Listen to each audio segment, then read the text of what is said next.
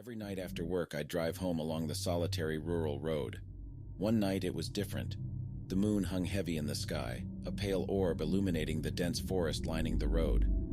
I was driving in the quiet. The only sound was the hum of the engine and the steady beat of a classic rock tune on the radio. Suddenly, I saw a woman standing by the road, draped in a pale white dress that seemed to glow in the moonlight. She had an ethereal beauty about her, yet her eyes held an inexplicable sadness. She was hitchhiking. Against my better judgment, I stopped. She climbed into the passenger seat without a word, just a nod of gratitude. The air in the car became cold, a stark contrast to the warm summer night. She didn't say where she needed to go, so I just drove. Minutes turned into hours. The dense forest seemed never-ending, a labyrinth of ancient trees and darkness. I tried to make conversation, but she only responded with silence. Her gaze was locked onto the forest, her expression never changing. She seemed to be searching for something, or perhaps someone.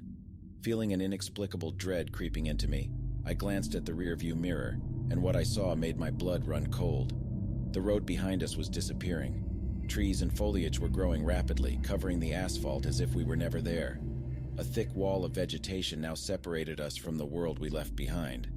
I pressed the gas, the car lunging forward, but it was futile. The road ahead began to disappear as well. We were trapped. My heart pounded in my chest, my breathing quickened. I turned to the woman. Her eyes were closed now, her lips moving in a silent prayer. When I faced forward again, we were no longer in the car. Instead, we stood in the heart of the forest, surrounded by towering trees and veiled in an eerie silence.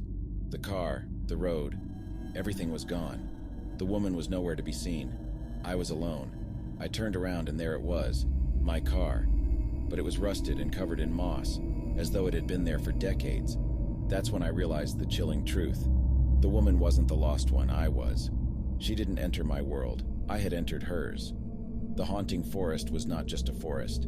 It was a different realm, a realm between life and death, and I had driven into it. I'm still here, trapped in this timeless forest, doomed to exist in this limbo. I can only hope that someone else takes that late-night drive so I can hitch a ride back home. I hope it's not you.